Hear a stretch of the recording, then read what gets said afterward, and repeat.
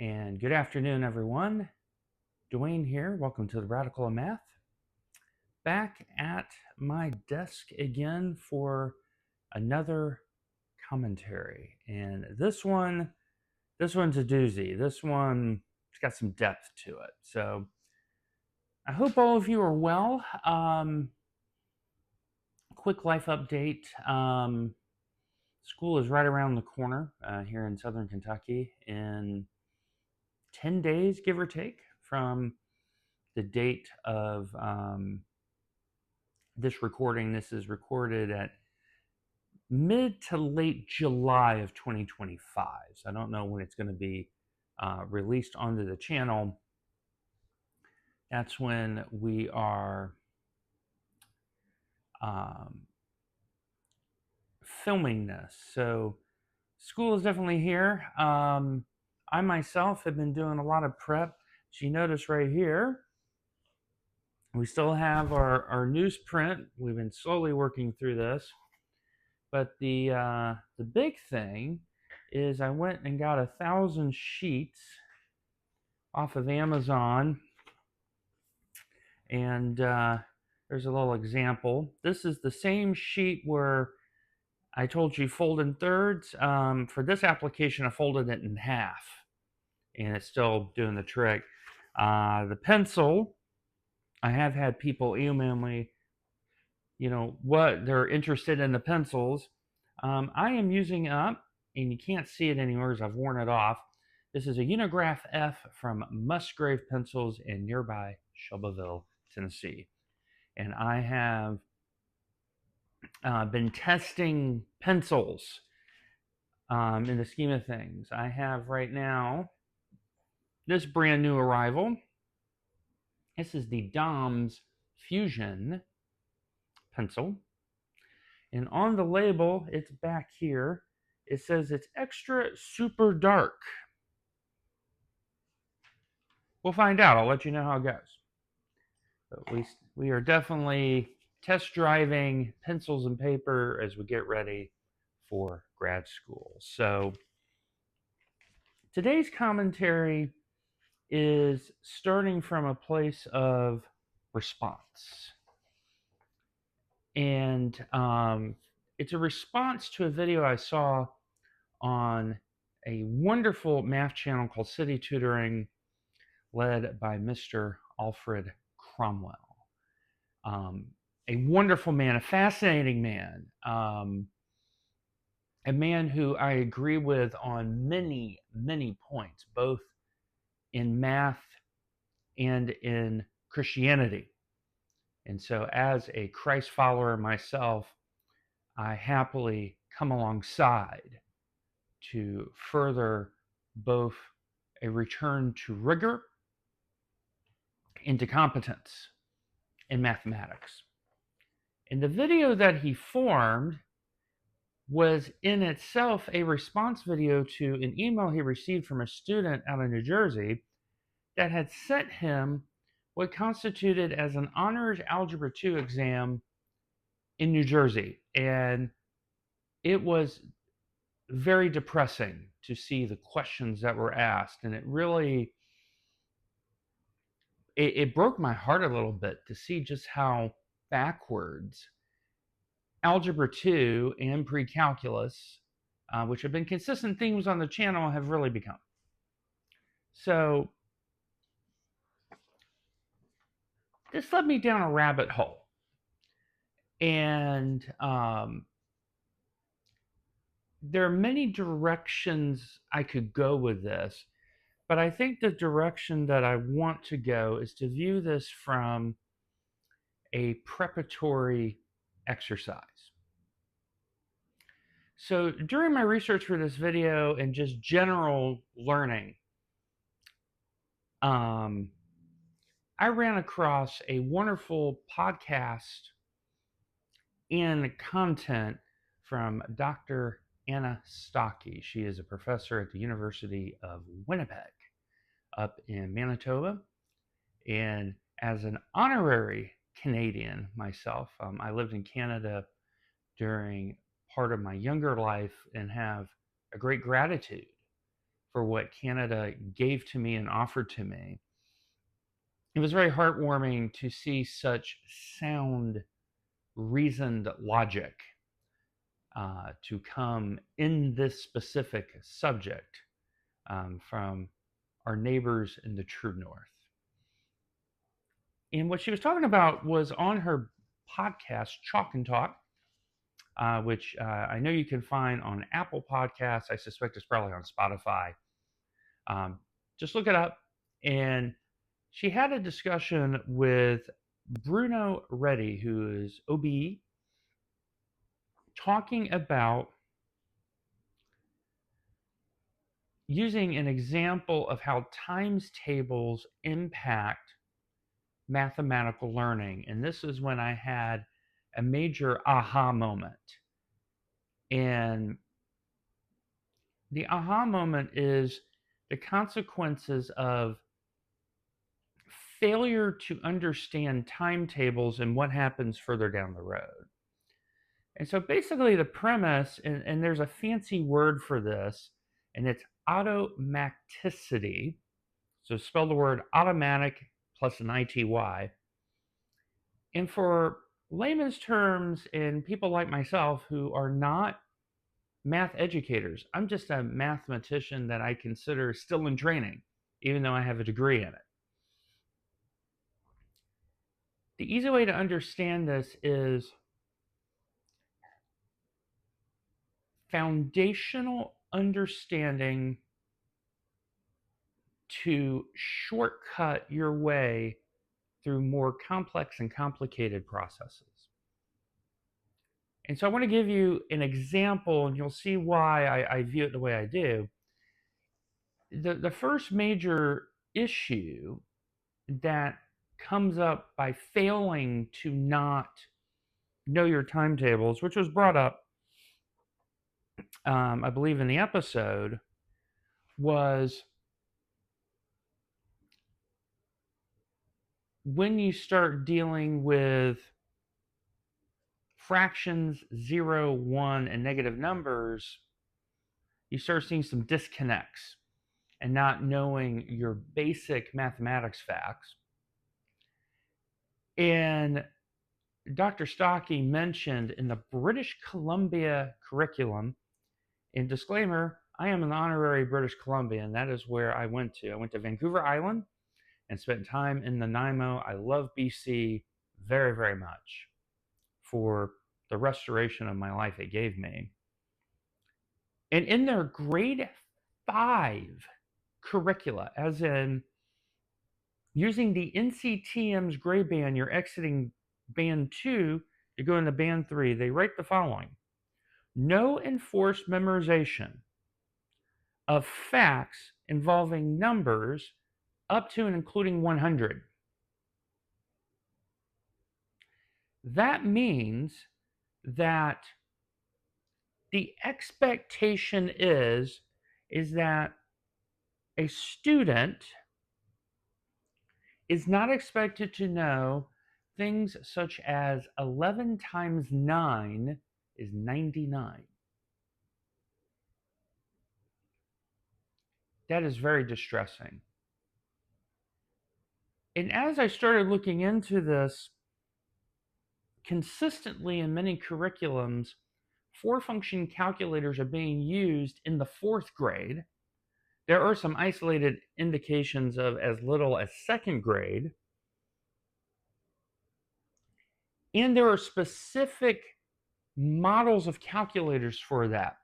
And two of them that come to mind looking at my notes is the TI 503 SV and the Casio HS8 VA. As in, these are calculators because the market exists. These companies have gone in and says, here's a standard 4-function solar calculator that's highly durable. Here you go, it's dirt cheap. And one of the major consequences of that is because the student is using the tool and haven't developed the technique. Here are all the consequences, and here was the aha. that I had. If you don't know your times tables, it first shows up in fractions. And then it really starts showing up in decimals and percents. And now the calculator is already a surrogate.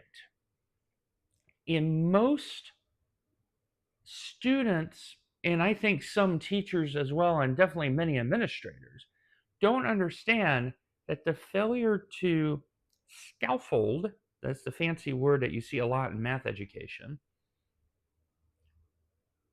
the inability or the lack of desire or both to build the necessary supports for that student means they don't understand least common multiple and greatest common denominator.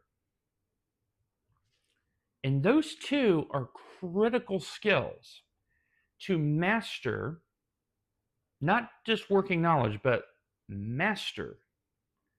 Because when you get to Algebra 1 and you start doing rational expressions for the first time involving fractions, you're going to need to know how to generate a least common multiple so you get everything under a similar denominator. And obviously, Algebra 2 is where it really shows up in force.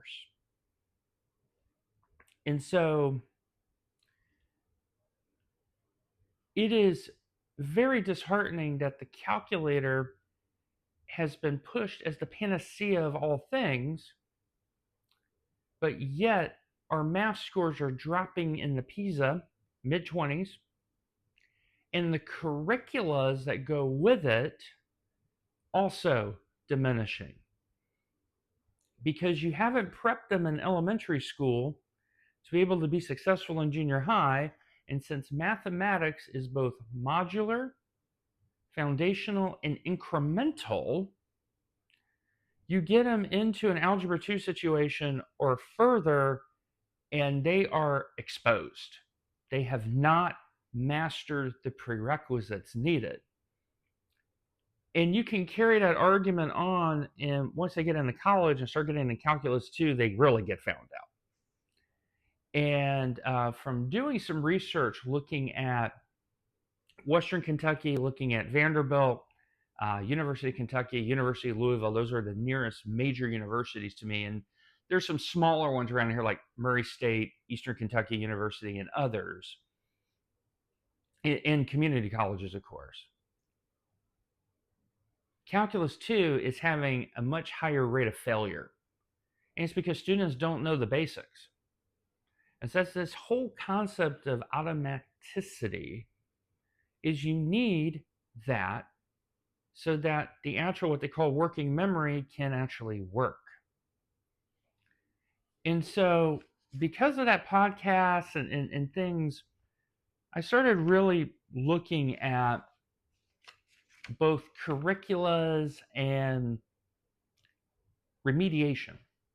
So not all curriculas are bad. So if you go to the state of Wisconsin, they ban calculators from any class that is 5th grade or lower, and they only allow gradual use of calculators in 6th, 7th, and 8th grade.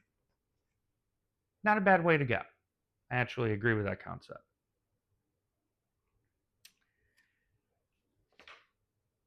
In contrast,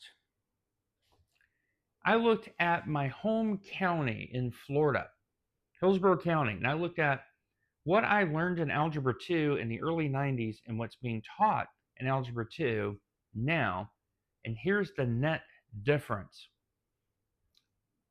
First of all, complex numbers are not introduced in Algebra 2. It's actually moved into pre-calculus, which is a major problem, which I'm going to address in a moment.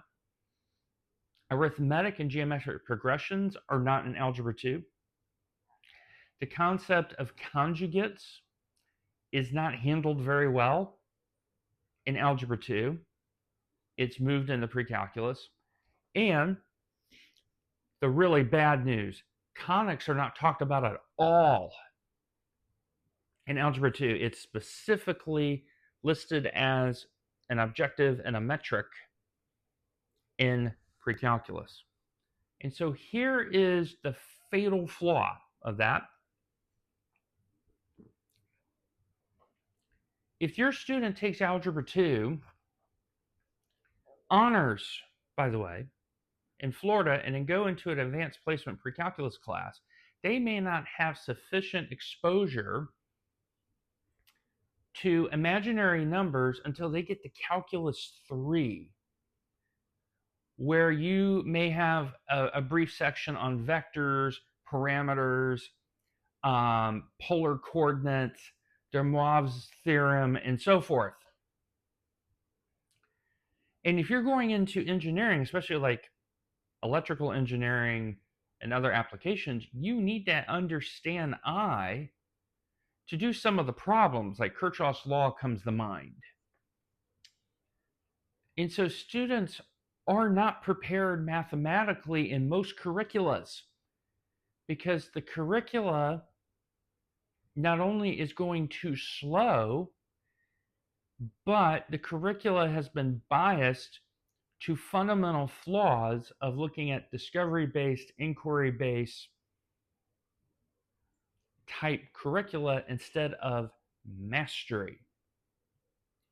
So there is the big fatal flaw.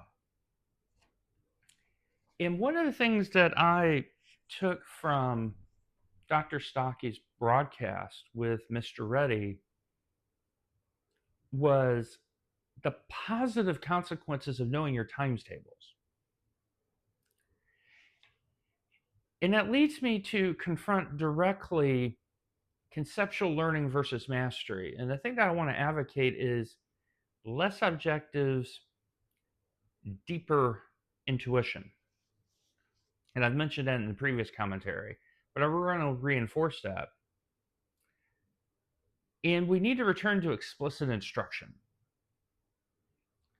because when we do not commit to explicit instruction, especially in a technical discipline like mathematics, but the same argument can be made for the sciences as well. Concept will only carry you so far, but then you got to actually do the work. And I am reminded of Alf Lucau's admonition that laziness in all of its forms is a choice. And I posit to you that conceptual learning is a thinly veiled excuse for laziness versus explicit instruction / mastery, where if you simply just tell them, which is the title of a book, by the way, a very good book, Dr. Zach had some very good conferences at the recent Patan math conference, which is on YouTube, PATTAM, and the TT is supposed to represent pi. But look that up on the YouTube. Give him a listen. Wonderful, wonderful knowledge that I have been gleaning from that conference. But the basic idea is you take complex skills, you segment them, you draw attention to the features thereof, then you promote both the success in engaging with it and for the students to process how and why. And we really need to return back to explicit instruction, especially in high school mathematics. And Dr. Stocky in the Winnipeg Free Press wrote an opinion article similarly on these lines, espousing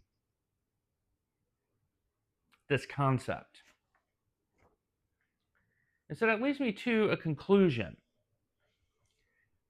And in this conclusion, I'm going to name entities and get after it a little bit, because they are failing our teachers. So here in the United States, we have three main, and you kind of have a fourth, which is kind of pseudo math entities. So the pseudo entity is the National Science Foundation, which is geared for more undergrad, postgrad, doctoral stuff. And there was an article, and let me see if I can pull it up on the computer here, by Emma Hassan of Scientific America that is entitled "Math is Quietly in Crisis Over NSF Funding Cuts." And it is an article that is skewed in opinion because when you look up the writer, she is a doctoral candidate at CCNY in New York City. It's in her bio. But the basic premise of this video, or correction, this article, is relating to the fact that a conference of the Association for Women in Mathematics lost their funding, and the AMS, the American Mathematical Society, which I'm going to have some comments about in a moment,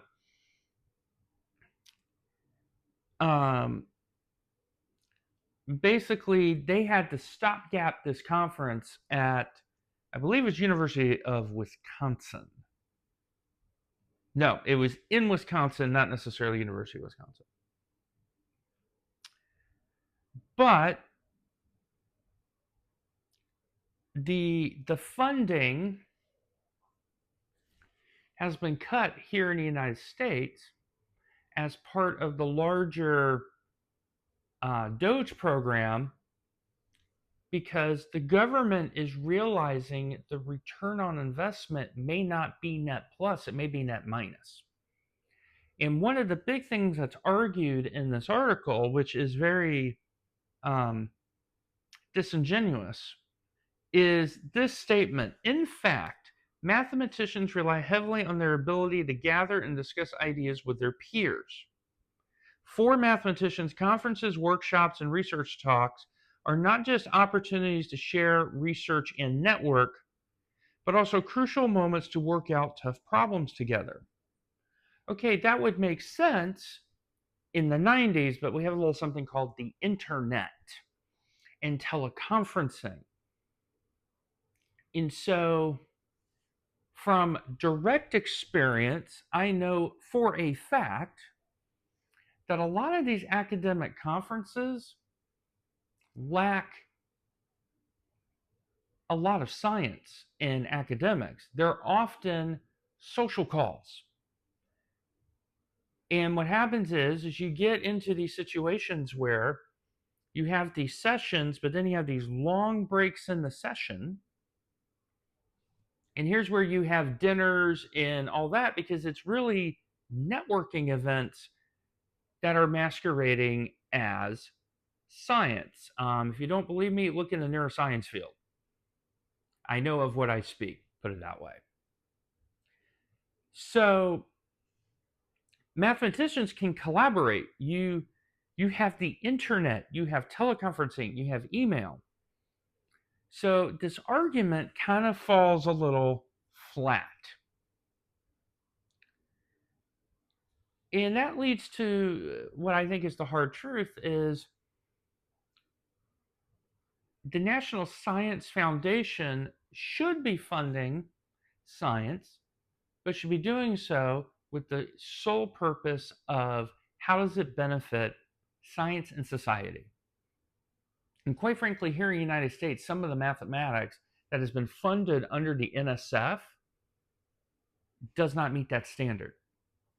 All you have to do is look at the policy papers of both, to a lesser degree, National Council of Teachers of Mathematics, NCTM, and definitely the American Mathematical Society, AMS, who have policy papers that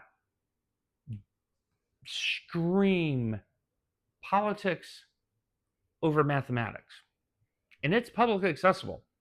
They're some of their policies I just scratch my head at and go, how is this meeting the furthering and the developing of mathematics? And the simple answer is it does not. The AMS is not doing enough to further math, but they're definitely doing more than their fair share of trying to further social engineering. Remember, math is gender blind, it's race blind, and it is very much meritorious. Those are the things that we should be accentuating. And I am all for women and minorities and all that in mathematics. It's fantastic. It's in the history of mathematics, if one cares to pay attention. But this notion that we have to write policy that bend over backwards,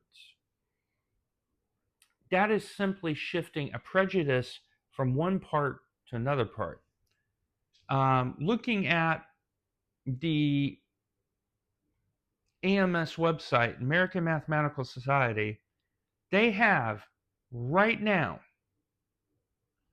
over 24 policies, including such things as policy statement of support for and solidarity with the Black community. Policy statement regarding the Russian invasion of the Ukraine. Policy statement on drawing voter districts and partisan gerrymandering. Preparing for 2020. That was put out in 2018. Still on their website. Policy statement against racism and violence against people of Asian and Pacific Islander descent. They even have a statement of apology because of what happened to George Floyd. It's all on their website. How does that impact mathematics? The answer is very little, it's very limited, and it is a net minus. And as you continue to go through, there is another statement of apology, which is, I think, a revision of the George Floyd apology. But you also have equity, diversity, inclusion, which was adopted in 2019.